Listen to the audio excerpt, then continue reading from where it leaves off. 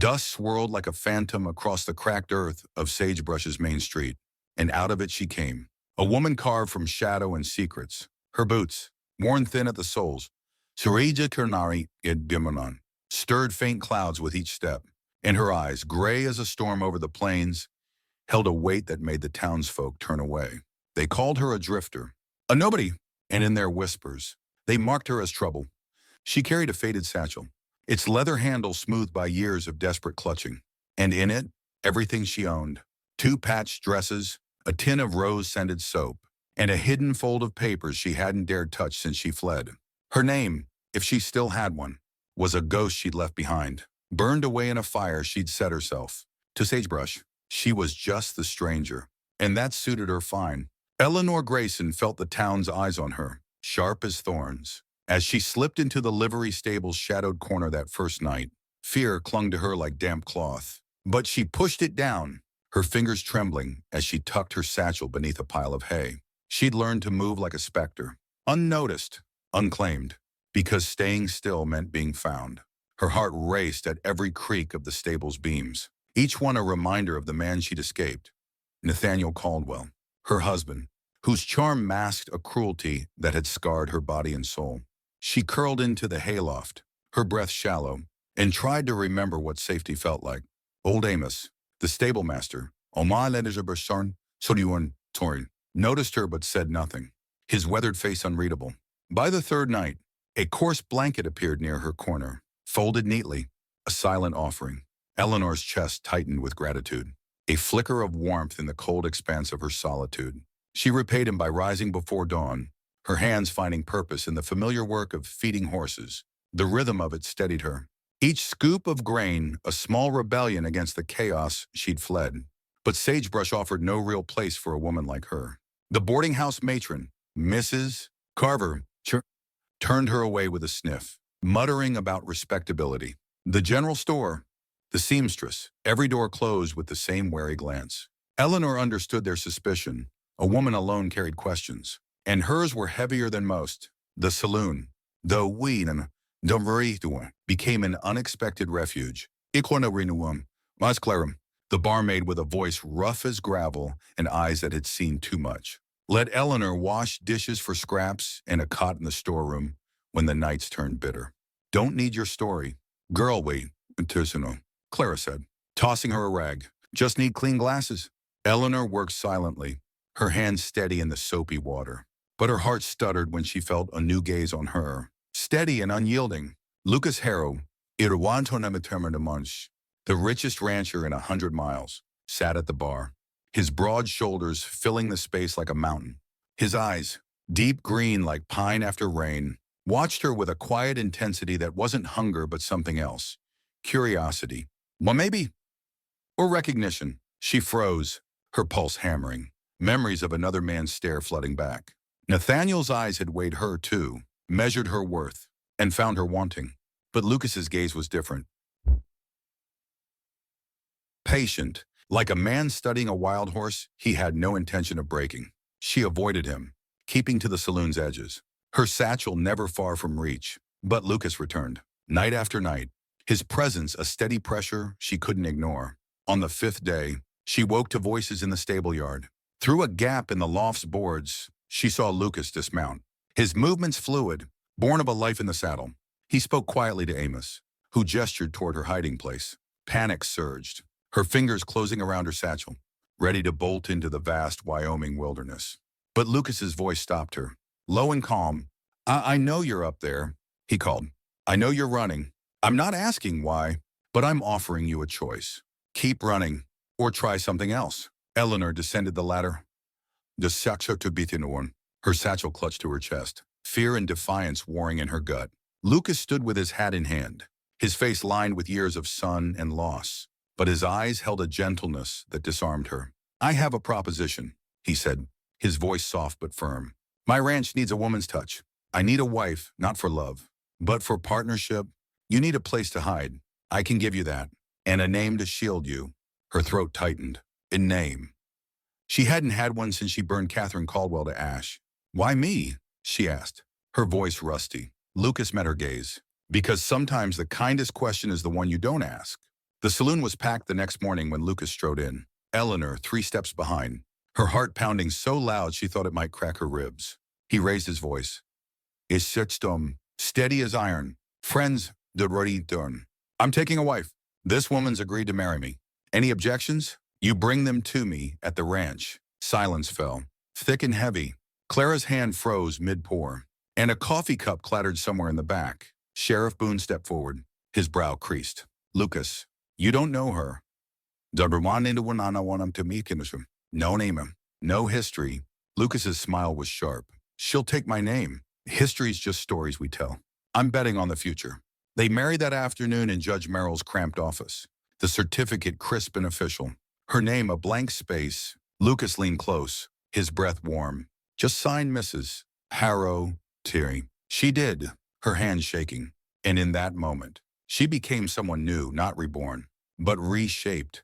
They left Sagebrush in Lucas's wagon, her satchel tucked behind the seat, the town's whispers fading into the golden dusk. Ahead lay the Harrow Ranch, sprawling like a promise under the wide Wyoming sky. The ranch was a world unto itself, bounded by mountains and threaded with a creek that gleamed like molten silver. The main house,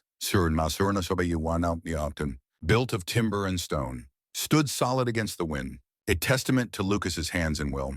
Took 3 years, he said, catching her awe. Every nail had a purpose. 4 ranch hands greeted them. Tom Riley, the grizzled foreman, brothers Cal and Nate Dawson, lean and quiet, and young Jesse Boone, the sheriff's nephew, with a grin that hid his skill with horses. Lucas helped her down. His touch light, Mrs. Harrow. Meet the crew. The name settled around her shoulders, unfamiliar but heavy with possibility. Inside, the house surprised her.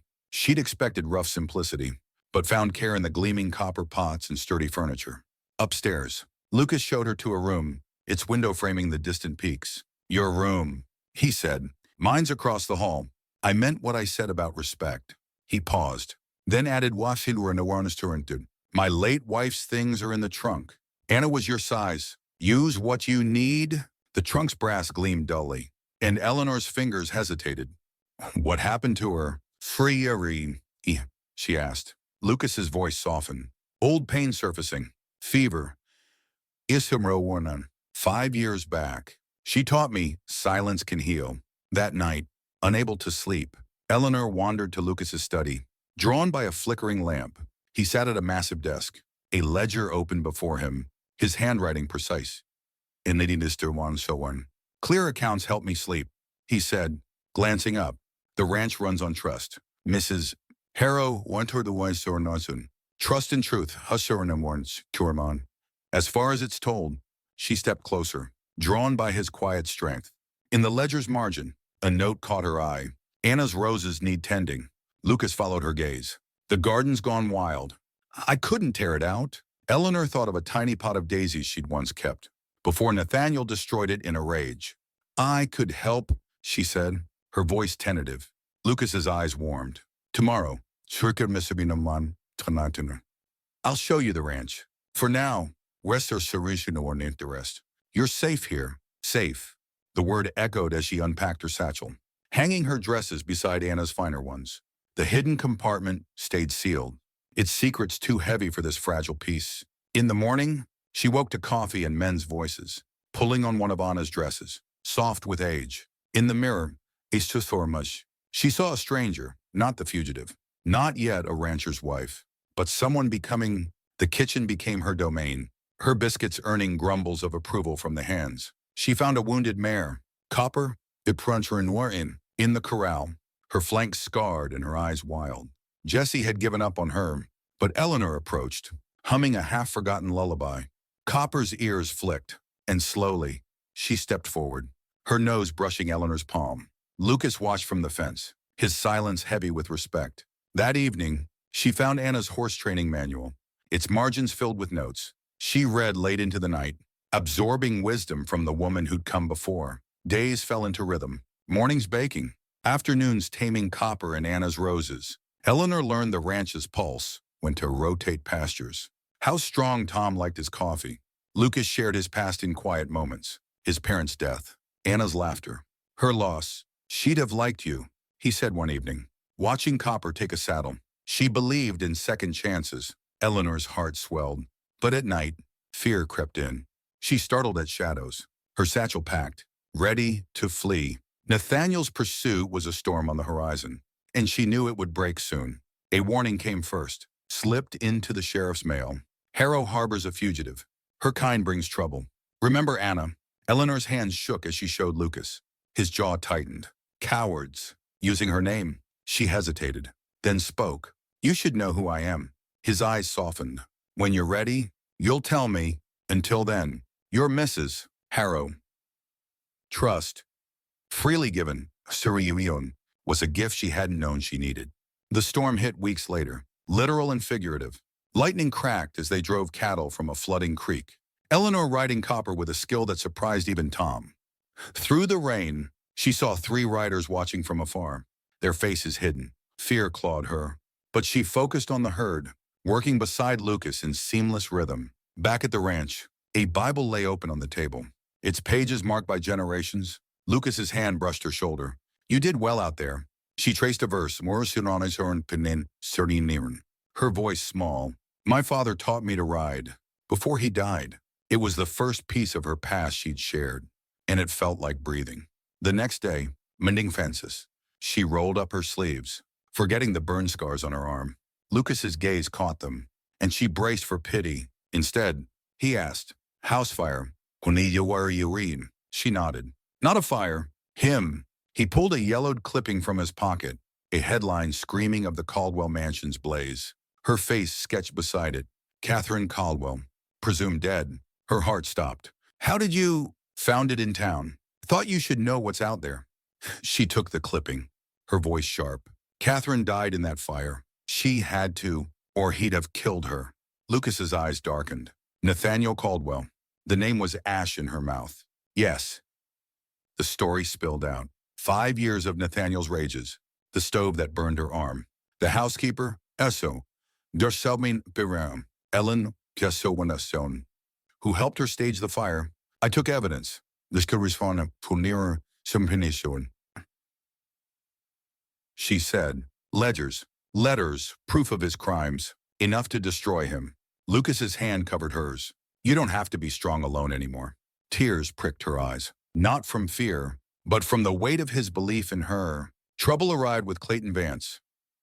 Tornaso Zedawan, a rival rancher eyeing Lucas's water rights. He rode in with 3 men, his smile cold. Heard you married a mystery. Harrow, dangerous, taking in strays. Lucas's voice was steel. My wife's history is her own. Get off my land. Vance's eyes lingered on Eleanor. Cruel as Nathaniel's. Everything has a price. Mrs. Harrow. She knew then Vance was working with Nathaniel, using her past to break Lucas. A wanted poster appeared, offering $1 idhoans. Very one for Catherine Caldwell's return. Sagebrush buzzed, but Lucas stood firm. We're not running, Eleanor agreed, her fear hardening into resolve. They set a trap, using her as bait. In Sagebrush's empty street, she faced Nathaniel's hired men, Sarah's pistol hidden in her pocket. Shots rang out, and Lucas's crew emerged, flanking the thugs. Sheriff Boone revealed warrants for the men. Thanks to Ellen's contacts in Denver, Eleanor aimed at the leader, her voice steady. The evidence is gone. Sent to a marshal. Nathaniel's finished. They surrendered, revealing Nathaniel was at Vance's ranch. 3 days later, a package arrived from Ellen. Flower seeds from Catherine's old garden. Eleanor planted them in Anna's roses. A promise of roots. Lucas joined her, his arms warm around her. You've worn so many names, he said. What's yours now? She thought of the girl she'd been, the woman she'd become. Evelyn. She said, Evelyn Harrow. His smile was sunrise. It suits you. Nathaniel came at dusk, alone, his fine coat dusted with snow. Evelyn stepped onto the porch. Pistol in hand. Hello, Nathaniel. His shock gave way to rage. Catherine, this is Dorrington. You're mine. I'm Evelyn now. See, she said, her voice iron. Your empire's gone. He drew Pipina de Chevreton. He drew an attempt on, aiming at Lucas, but Evelyn fired, clipping his shoulder. Next one's final. Lucas kicked Nathaniel's gun away as the hands arrived. Then Boone, Then a marshal, the forged marriage certificate, Nathaniel's insurance, proved her freedom. In Judge Merrill's office, Nathaniel's crimes were laid bare: fraud, extortion, attempted murder. The judge declared Evelyn Harrow her legal name, uncontestable. Lucas produced a new marriage license. Make it true, he said. They wed again, a bond of choice, sealed with a kiss that tasted of joy. Sagebrush threw a feast. Clara presiding, the hands gifting Evelyn a saddlebag etched with her name. A telegram confirmed Nathaniel's conviction. 20 years. In Anna's garden, Lucas unveiled a headstone. Anna Harrow. Her strength lives on. Evelyn whispered thanks, tears falling for the woman who'd shown her what love could be. Spring brought wildflowers, and a photographer captured the Harrows' first family portrait. Evelyn stood beside Lucas, the hands around them, Anna's roses blooming. Later, in the study, she traced the photo, marveling at her transformation. Lucas found her, his arms home. Grateful, she said, and meant it. Outside, Jesse's fiddle sang, and Evelyn Harrow knew she was exactly where she belonged. Her name a truth she'd chosen. Her future a garden of endless bloom. Thank you for being here today. If you enjoyed the story, don't forget to like, subscribe, and join us for more. See you next time.